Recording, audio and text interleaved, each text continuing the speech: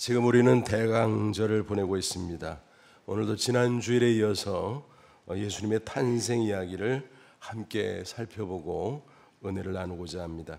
예수님이 탄생한 장소 어딘가요? 베들레헴, 유대 지방의 작은 마을. 우리식으로 표현하면 어떤 곳이라고 말할 수 있을까? 한마디로 말하면 촌구석, 딱 그겁니다. 예수님이 하나님의 아들이니까 전지전능하셔서 아무 장소나 원하는 대로 선택하실 수가 있을 텐데 하필이면 왜 그런 곳에 태어나셨을까? 지난주에 살펴봤죠. 구약 미가 선지자가 미가서 5장 2절에 예언을 해놨어요. 구세주의 탄생지는 유대 베들레헴이다. 만약 그 예언이 빗나갔다면 어떻게 됐을까요? 성경이 하나님의 말씀이라는 사실이 배척됩니다. 또 예수님이 하나님의 아들 구세주라는 사실도 배척됩니다. 그러면 뒤죽박죽이 되는 거죠. 정확하게 성취시키고자 하나님께서는 로마 황제 가이사 아구스토의 마음을 움직였습니다. 물론 그는 스스로 정적인 계산으로 움직였을 것입니다. 하지만 하나님은 배후에서 보이지 않는 손으로 섭리하셨다라는 말입니다. 그래서 모든 로마 제국 치하의 백성들은 고향으로 가서 호적하라. 그 명령에 따라서 요셉도 마리아와 함께 베들레헴으로 호적하러 떠나게 됩니다. 마침 그때 마리아는 하나님의 아들을 성령으로 잉태하고 있었는데 만삭이 됩니다. 그리고 베들레헴에 머무는 동안 그곳에서 해산하게 된 겁니다.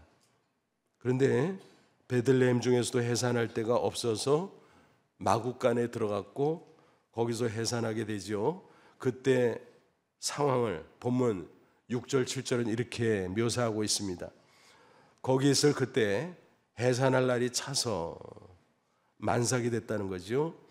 첫 아들을 낳아 강보로 싸서 그 위에 뉘었으니 이는 여관에 있을 곳이 없음이로라.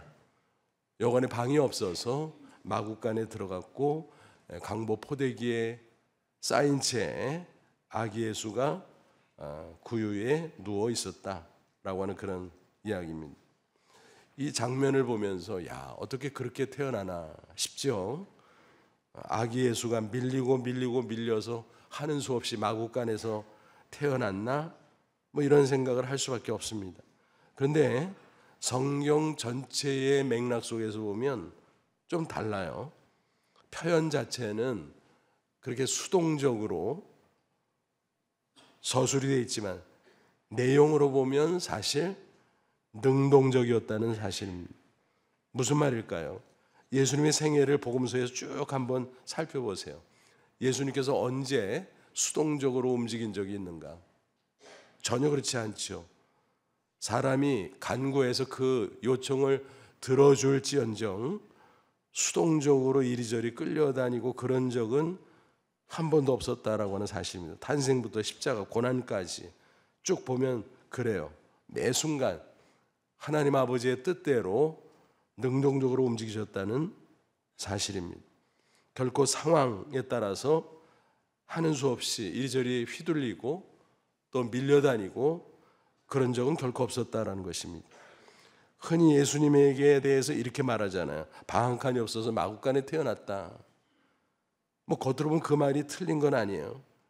그러나 내용으로 보면 조금 더 정확하게 우리가 표현할 필요가 있다라는 것입니다. 그건 뭐냐 하면 예수님의 의도적인 선택이었다는 사실입니다.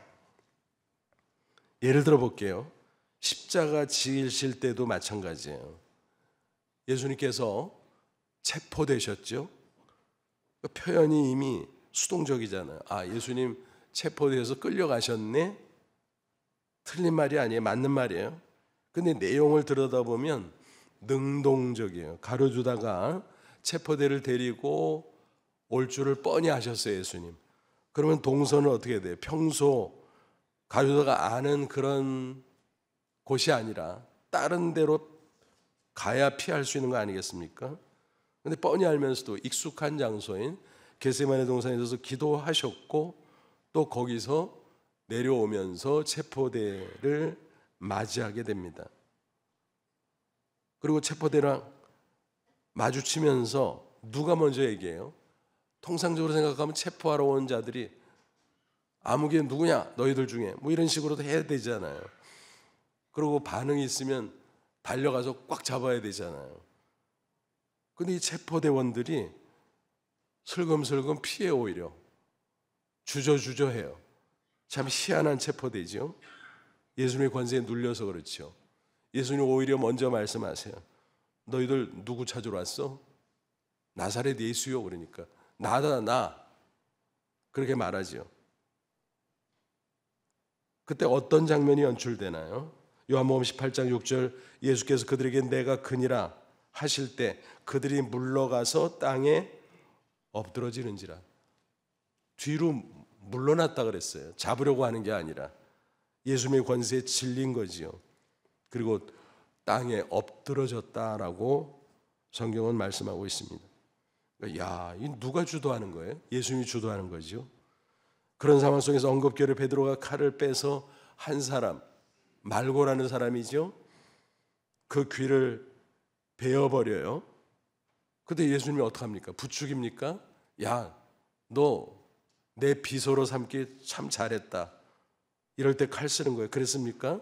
아니죠. 야, 칼 집어넣어. 칼을 쓰는 자는 칼로 망해.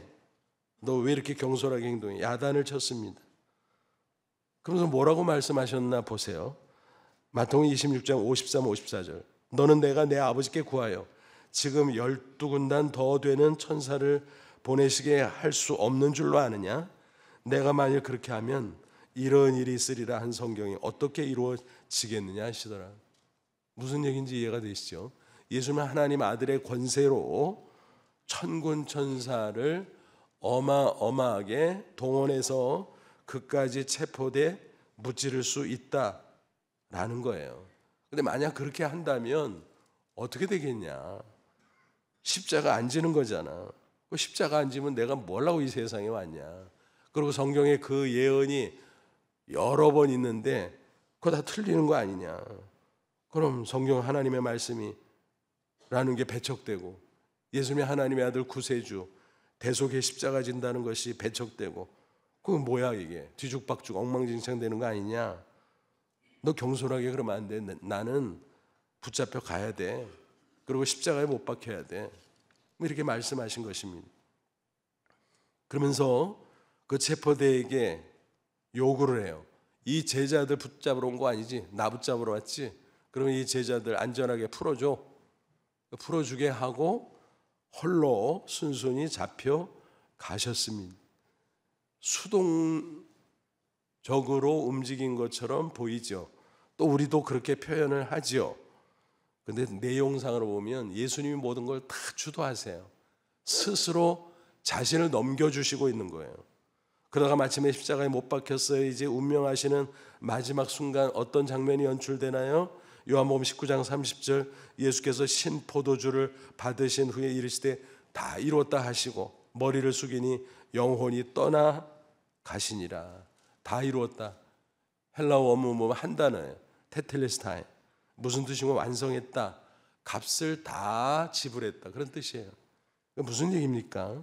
예수님이 피 흘려 죽으심으로 인류의 죄값을 대신 치르셨다라는 거예요. 능동적이죠, 완전히. 내가 의도적으로 십자가에 못 박혔고 내가 의도적으로 피 흘려 죽음으로 인류를 죄 가운데서 구원했다. 다 속죄했다. 대속의 십자가라는 거예요. 예수님의 강력한 의지의 표현이죠. 그리고 예수님께서 운명하실 때 그 내용을 뭐라고 서술했어요? 영혼이 떠나 가시니라 그랬어요. 예수님이 돌아가신 걸 그렇게 표현했는데 떠나가다. 이게 원문 헬라어 파레 도케인인데 무슨 뜻이냐면은 내어주었다 그런 뜻이에요. 내어주었다. 그러니까 목숨을 뺏긴 게 아니에요. 억지로 죽기 싫은데 끌어다가 못 받고 죽기 싫은데 그래서 할 수 없이 피 흘려 죽고 그게 아니라 예수님은 스스로 당신의 목숨을 체포대에게 넘겼고 십자가에 못 박혔고 또 죽으시고 모든 것이 당신이 주도적으로 하셨음을 알 수가 있습니다. 그러네. 그렇습니다. 예수님의 전생의 모습을 보면 다 능동적이에요. 다시 오늘 본문으로 돌아가서 예수님의 탄생 과정도 어때요? 겉으로는 수동적이지요. 뭐 아기로 태어났는데 뭘 할 수 있겠어요? 그렇잖아요. 근데 내용상으로 보면 놀라운 섭리 가운데 당신의 뜻대로 하나하나 이뤄가고 계시다라는 것입니다. 마국간으로 밀려간 것이 아니라 마국간을 선택해서 스스로 가신 것이고, 또 구유에 수동적으로 눕혀진 것이 아니라 스스로 구유 위에 누우신 것입니다. 이해가 되시죠? 그러면 여러분 한번 생각해 보세요. 어째서 존귀하신 하나님의 아들이 굳이 그런 마국간 또 그런 구유를 선택해서 탄생하셨을까? 거기에는 분명한 이유가 있다는 사실입니다. 지난주에 이미 말씀드린 내용은 뭐죠? 신분 확인. 예수님이 하나님의 아들 맞고 구세주 맞고 그 신분을 확인시켜주는 표적을 위해서, 사인을 위해서 그렇게 하셨다라는 거예요. 천사가 목자들에게 나타났잖아요. 들판에서 양떼를 돌보고 있는데 밤중에 나타났어요. 이 베들레헴 지경에 아기가 나셨는데 그분이 구세주다. 큰 기쁨의 좋은 소식을 내가 너희들에게 전하는데 그 내용이 바로 그거야. 목자들 깜짝 놀라. 어떻게 하나님의 아들이 사람이 됩니까? 그렇다니까. 그러면 누가 누군지 또 어떻게 알아요? 가서 보면 내가 표적을 가르쳐 줄게. 한 아기가 있는데 마국간에서 태어나. 그리고 말구유 위에 누워 있을 거야. 강보에 쌓여져서. 아무리 가난해도 그렇지 사람이 마국간에서 태어나요? 또 말에 먹이 통인 여물통 구유에 누워 있다고요? 그런 게 있을 수가 있어요. 이때니까 찾아가 봐. 그들은 그 말을 듣고 급히 달려가서 여기저기 찾아보네. 진짜 있는 거예요. 와, 그렇구나. 요셉과 마리아와 그 아기가 있는 것을 보고 이 아이가 하나님의 아들 구세주 맞구나. 그리고 경배합니다. 그리고 돌아서서 많은 사람에게 구세주 오심을 전파하게 됩니다. 이런 모습을 쭉 보면서 그렇구나. 굳이 그렇게 그런 장소를 택하고 탄생하신 것은 메시아 신분 확인을 위한 표적으로 삼기 위함이구나 하는 걸 알 수가 있습니다. 근데 오늘은 다른 시각에서 한번 살펴보고자 합니다. 그럴 때 흥미롭고 우리에게 큰 교훈이 된다는 것입니다. 예수님은요, 아무데나 들어가지 않으세요. 또 아무데나 계시지도 않으세요. 마국간에 거기는 들어가세요. 구유 거기에는 계세요. 어떤 곳이길래? 얼른 생각하면 부정적인 생각이 쭉 나잖아요. 짐승들이 사는 곳이니까 후미지고 누추하고 그다음에는 동굴이었어요. 춥고 어둡고 또 배설물도 있을 거 아니에요? 짐승들의. 그러면 냄새 막 나고 지저분하고 그런 데인데, 근데요 영적으로 보면은 예수님께서 계시기에 최적의 장소였다는 사실을 우리는 알 수가 있어요. 짐승들이 음매하면서 소리를 내는 곳일지 모르지만 인간들의 시끄러운 소리는 전혀 들리지 않는 고요한 곳입니다. 또 짐승들의 배설물로 냄새나고 지저분하다고 생각할지 모르지만 인간의 죄악은 전혀 없는 정결한 곳입니다. 낮고 천한 짐승이 사는 곳일지 모르지만 겸손한 사람들이 있는 곳입니다. 그건 무슨 얘기예요? 물리적으로 보면 부정적인 이야기를 들어놓을 수밖에 없지만 영적으로 따지고는 그러네.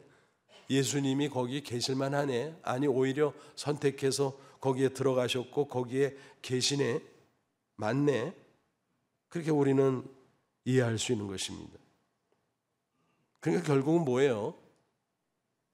여물통인 구유는 아기 예수에게 있어서는 왕자와 같은 것이었다라는 것입니다.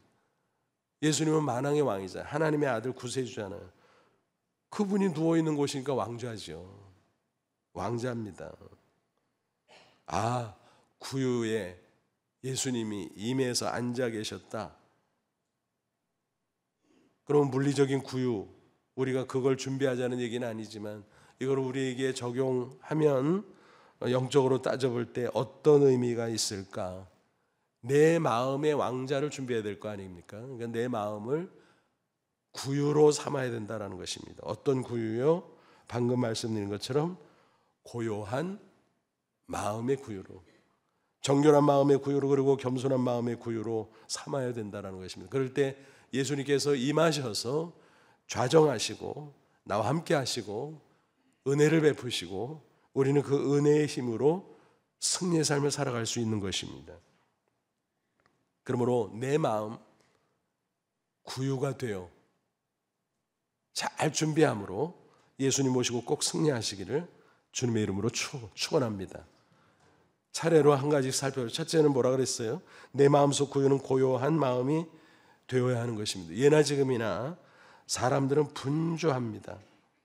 얼마나 분주한지 몰라요. 참 역설적인 것은 과학기술이 발전되면서 편리한 기구들이 많이 나오잖아요. 자동차도 빨라지고 또 뭐 대중교통도 얼마나 우리나라 같은 경우 잘 돼 있어요. 진짜 빨라졌어요. 너무너무 가정에서도 보면 빨래, 세탁기가 다 해주고 밥, 전기밥솥이 다 해주고 뭐 웬만한 거 다 해주잖아요. 근데도 더 바빠. 왜 그런지 모르겠어요.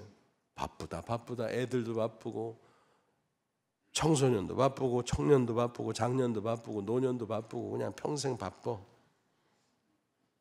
여러분, 이렇게 분주하게 살면 성공할까요? 그런 줄 알고 사람들이 막 분주하게 열심히 움직이죠. 겉으로 보면 가상해요. 근데요, 맹목적으로 분주하면요, 그거는 망하는 일이라는 사실을 잊지 말아야 됩니다. 왜냐하면 세상에 파묻혀 있다 보면 그 마음속에 준비가 되질 않아요.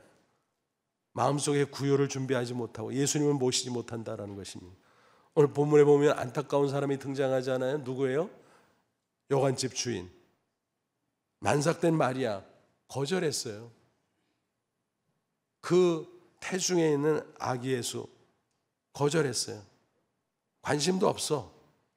왜 그랬을까요? 밀려오는 손님들 때문에 분주했거든요. 야, 대목이다. 한몫 챙기자 이럴 때 그거밖에 다른 생각 없는 거예요. 손님들도 마찬가지. 그 고향 출신들이지만은 오래도록 타지에서 거주하다가 호적하러 다 몰려들었어요. 오랜만에 만나는 사람들이에요. 자네 오랜만이네, 반갑네, 어떻게 지내나, 나 이렇게 성공했구만. 뭘 그 정도 가지고 자네야말로 나는 손해 많이 봤어. 막 이러면서 서로 시끌벅적하게 이야기를 나누라고 여념이 없었을 거예요. 부어라 마셔라 또 즐겨라 하면서 그 밤이 새도록 그렇게 지내고 있었을 거예요. 만삭된 마리아 안중에도 없었어요. 태중에는 아기 예수 전혀 관심도 없죠. 그래서 그들은 망한 거예요. 그래서 예수님을 모실 수 없었고 그래서 그들은 영원히 멸망할 수밖에 없었다는 사실입니다. 나중에 그 사실을 알고 얼마나 땅을 치고 후회했을까요? 그러나 후회해도 때는 늦어버린 것입니다. 그러니까 무조건 분주하면 안 돼요. 바쁘면 망하는 것입니다. 가장 중요한 핵심을 놓칠 수가 있어요. 인생의 핵심이 뭐예요? 영생이고 천국입니다. 그거 놓치면 망하는 거예요. 아무리 육신적으로 많은 소유를 누리고 높은 지위에 올라가고 성공했다고 할지라도 결국은 사람이 마지막 순간을 맞이하는데 그때 다 두고 가잖아요. 눈꽃망이로도 가지고 갈 수 있는 게 아니잖아요.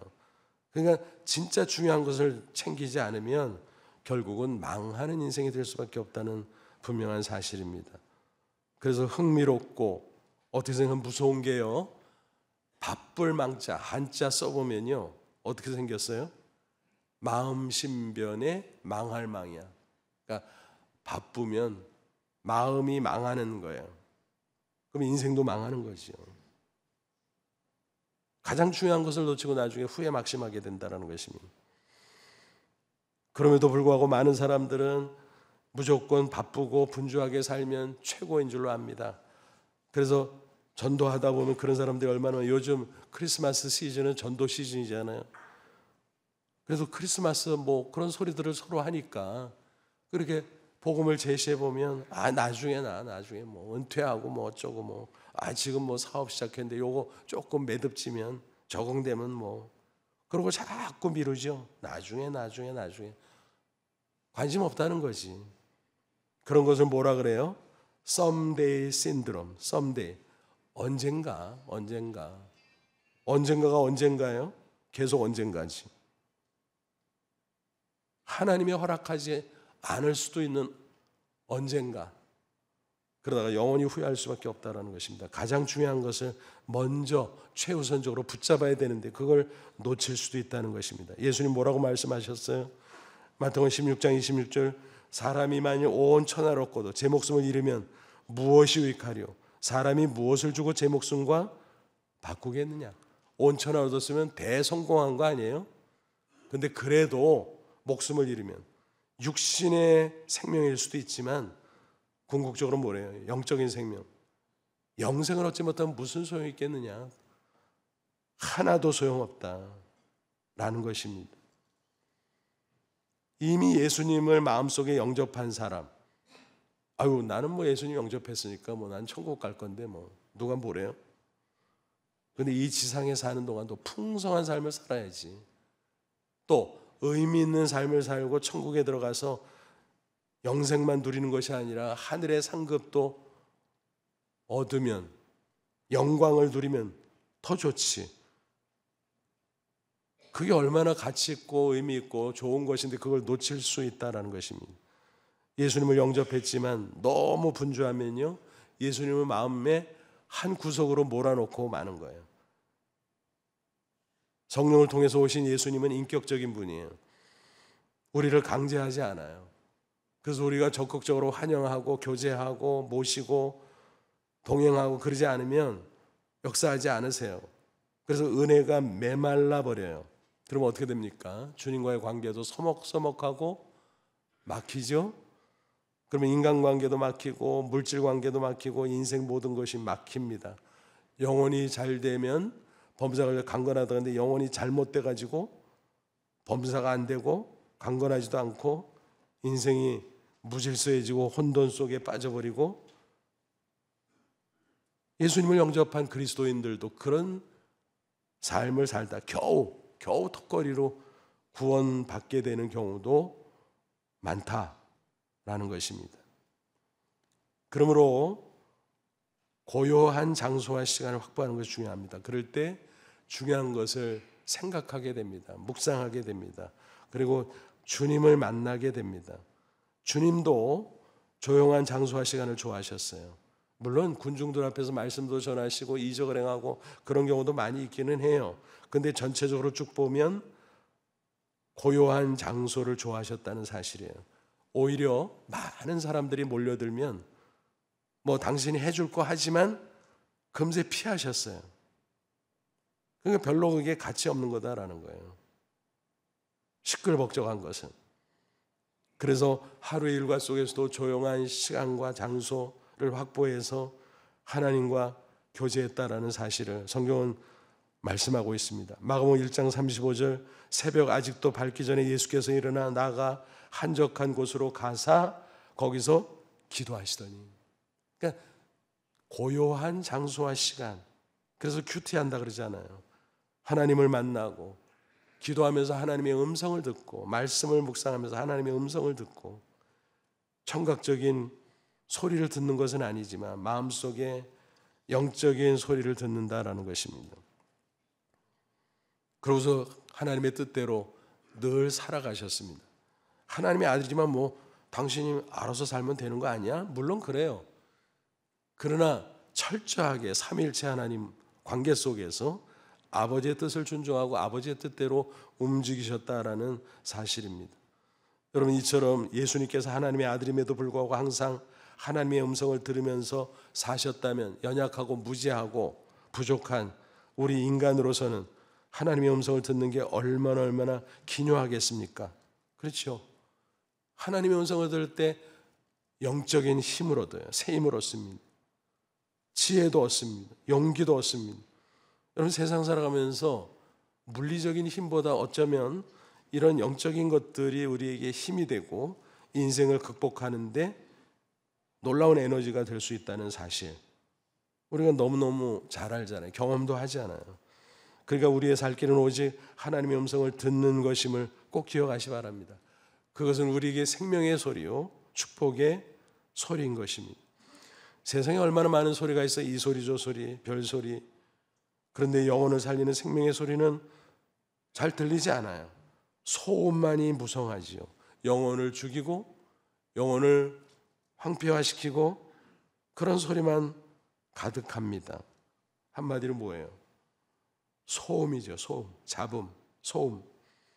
그런 데서 살아갑니다. 그러니까 하나님의 음성인 영적인 소리를, 생명의 소리를 잘 못 듣는 거예요.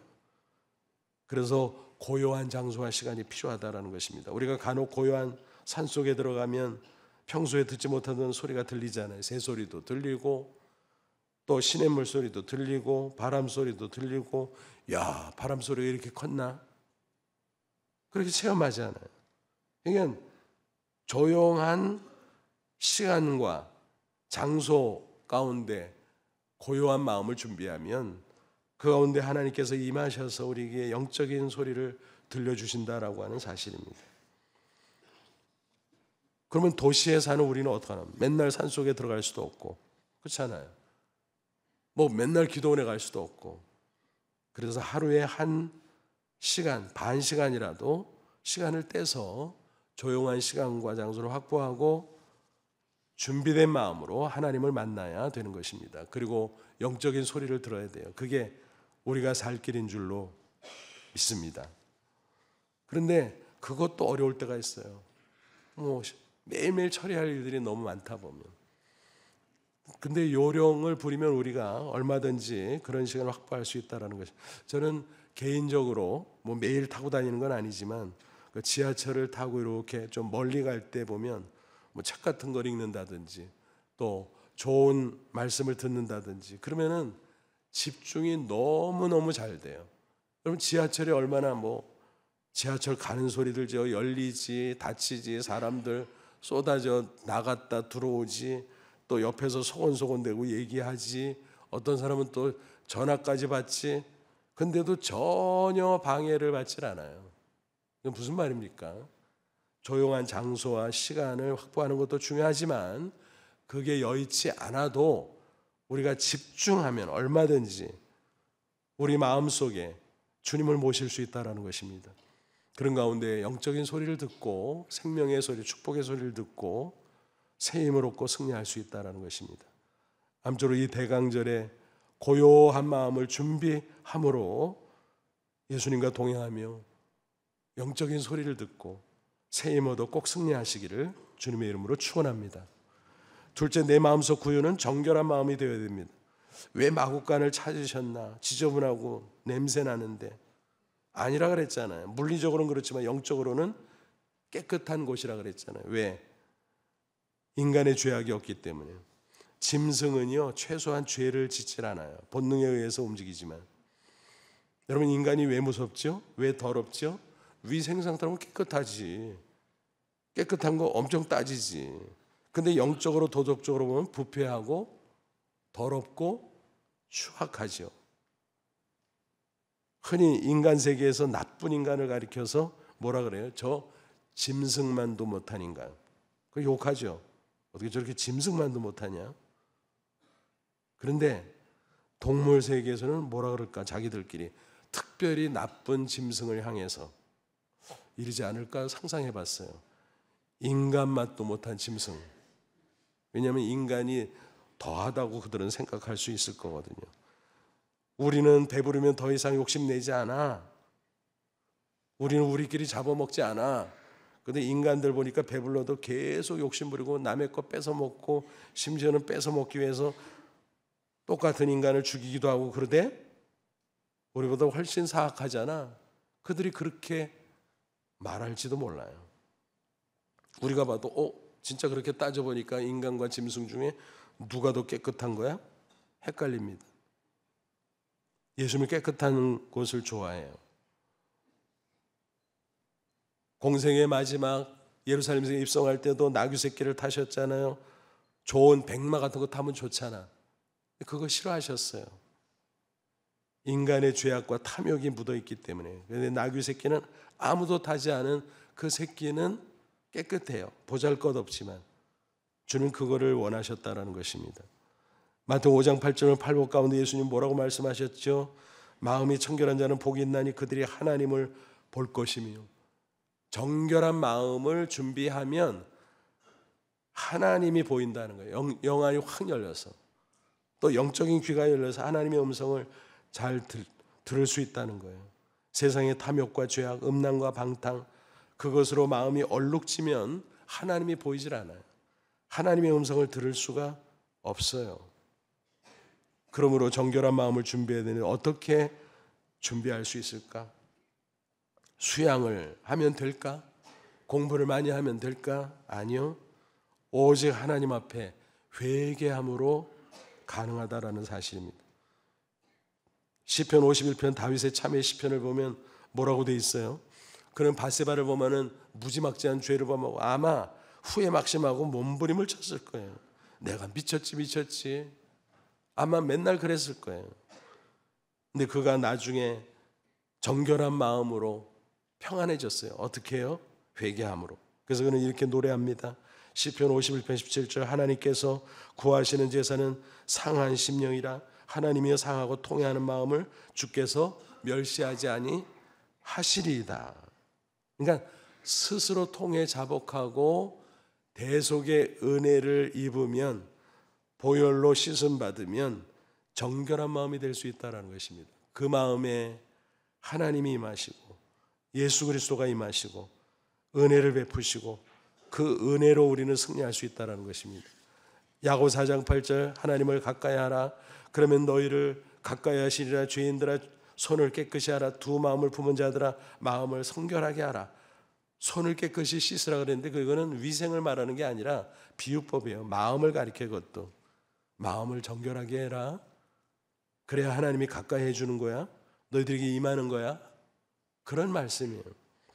프랑스의 수학자이고 과학자요 철학자였던 파스칼의 이야기입니다. 그는 10대에 이미 천재적인 수학자의 반열에 올랐습니다. 그래서 수학하시는 분들 수학 역사를 보면 이 파스칼이 굉장한 비중을 차지하는 것을 발견할 수 있습니다.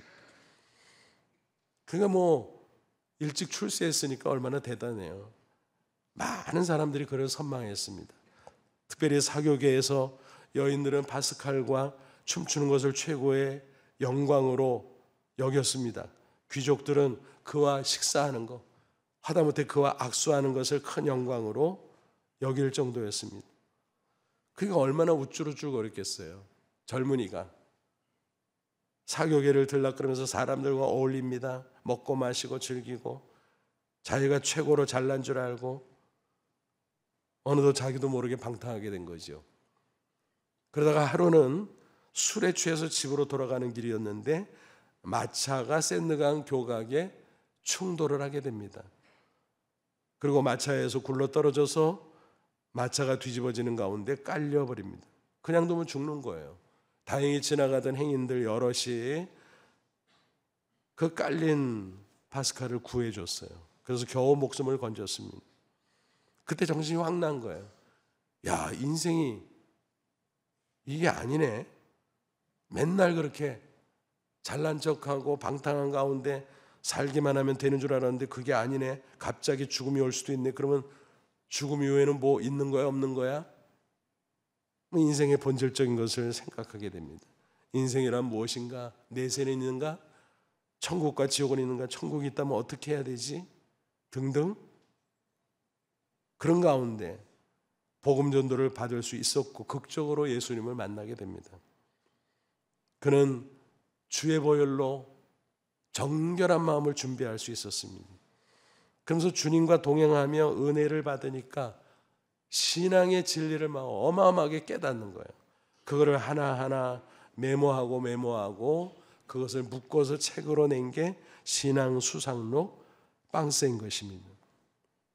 그거는 그가 과학자로서 철학자로서 많은 업적을 남겼지만 우리 그리스도인들에게 특별히 일반 사람들도 마찬가지지만 엄청난 유익을 얻을 수 있는 명작 중의 명작인 것입니다. 그는 그렇게 해서 의미 있고 가치 있는 세상을 아름답게 변화시키는 멋진 인생을 살아낼 수 있었던 것입니다.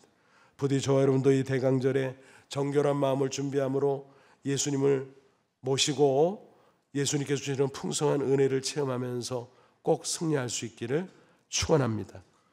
그리고 세 번째, 내 마음속 구유는 겸손한 마음이 되어야 됩니다. 구유는 가장 낮은 자리예요. 더 낮아질 수가 없어요. 근데 아이러니하게 하나님의 아들이시고 만왕의 왕이신 가장 높으신 예수님이 임하셨다. 그리고 그 구유에 좌정하셨다. 그러니까 왕좌로 삼았다라는 거예요. 와, 놀라운 얘기지요. 주님께서는 우리 마음을 구유로 삼기를 원하는 겁니다. 구유처럼 되라. 너희들 마음. 그럼 내가 너희들 마음을 왕자로 삼고 너희들에게 들어가 임하겠다. 좌정하겠다. 너희들과 함께 하겠다. 그렇게 말씀하고 있습니다. 그러므로 예수님 앞에 겸손한 마음을 준비하는 것은 너무너무 중요한 것입니다. 야고보 4장 10절 주 앞에서 낮추라 그러면 주께서 너희를 높이시리라.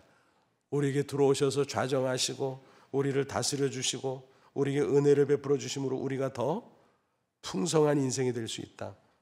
오히려 더 높아질 수 있다라는 것입니다. 성지 이스라엘의 베들레헴에 가면 예수 탄생 기념교회당이 세워져 있죠. 매년 크리스마스가 되면 성대한 행사가 벌어지는데 금년에는 전쟁 중이라 모르겠습니다. 어떻게 하고 있는지. 근데 그곳에 가면 흥미로운 게 한 가지 있죠. 출입문 들어가야 되는데 문이 요만해. 아니 그렇게 큰 교회당을 지어놨으면 문을 크게 만들어야지 요만한 게 뭐야? 1.2m밖에 안 된다 그러죠. 십자군 시대 때 군인들이 말을 타고 뭐 함부로 들락날락 그러는 거예요. 그래서 어딜 감히 그래서 그걸 막아놨어요. 출입문을 1.2m로 만들어서 지금까지 그걸 지키고 있다고 하죠. 그래서 어른은 물론이고 키 작은 아이들도 고개를 숙여야 겨우 들락거릴 수가 있다는 것입니다. 상징적인 의미죠. 주님 앞에 겸손해야 된다는 것입니다. 겸손한 마음을 가져야 주님을 만날 수 있고 주님이 그 마음에 임하셔서 함께 해주신다는 사실입니다. 그러므로 신앙생활에서 아무리 강조해도 지나침이 없는 것이 바로 겸손한 마음을 준비하는 것입니다. 반대로 교만은 패망의 지름길입니다. 하나님이 함께하지 않습니다. 잠언 16장 5절 18절 무릇 마음이 교만한 자를 여호와께서 미워하시나니 교만은 패망의 선봉이요 거만한 마음은 넘어짐의 앞잡이니라 그랬습니다. 그러니까 교만한 마음은 절대로 주님이 함께하지 않기 때문에 스스로 망할 수밖에 없다라는 것입니다. 미국 건국의 아버지 중에 하나이며 피뢰침을 발명한 것으로 유명한 벤자민 프랭클린 기억하시죠? 그는 $100짜리 지폐의 초상화가 그려져 있는 아주 중요한 인물이죠. 미국 역사상. 그런데 그의 성장 과정은 아주 궁핍했습니다. 이민자의 아들로 태어난 그는 유년 시절 너무너무 가난했어요. 하지만 신앙 안에서 반듯하게 잘 자랐고 성공적인 인생을 살아갈 수 있었습니다. 그 비결이 무엇이었을까? 신앙. 그런데 조금 더 구체적으로 하면은 겸손의 신앙이었다는 사실입니다. 어디서 이런 일이 있었어요. 조심하지 않다가 그만 문 인방에 머리가 꽝 부딪혀서 크게 다쳤어요. 얼마나 힘들었는지. 그때 아버지가 교훈을 주셨어요. 얘야, 오늘의 아픔을 절대로 잊지 말고 항상 머리를 낮추거나 허리를 굽히거나 그렇게 겸손한 마음으로 살아야 하나님이 기뻐하는 거야. 그는 그것을 명심했습니다. 그래서 평생 살면서 하나님 앞에 겸손, 사람 앞에 겸손, 그 철칙을 지켰다고 합니다. 그런 사람의 마음에 당연히 예수님이 구유 삼고 좌정하시죠. 은혜를 베푸시죠. 그가 지혜와 명철을 얻고 그 위대한 생애를 살아낼 수 있었다라는 것입니다. 여러분, 우리는 대강절을 보내고 있어요. 구주 성탄을 맞이하는 것입니다. 무엇을 준비해야 되겠습니까? 마음을 준비해야 됩니다. 예수님께서 굳이 구유를 선택하신 그 뜻이 무엇인가를 우리는 깊이 묵상해야 될 것입니다. 그 지저분한 그리고 누추한 마구간 말구유 그게 아니라 예수님은 좋은 뜻으로 그것을 선택했다라는 것입니다. 고요하고 정결하고 겸손하고, 그러므로 내 마음 구유가 되어 그런 고요하고 정결하고 겸손한 마음을 준비해야 할 것입니다.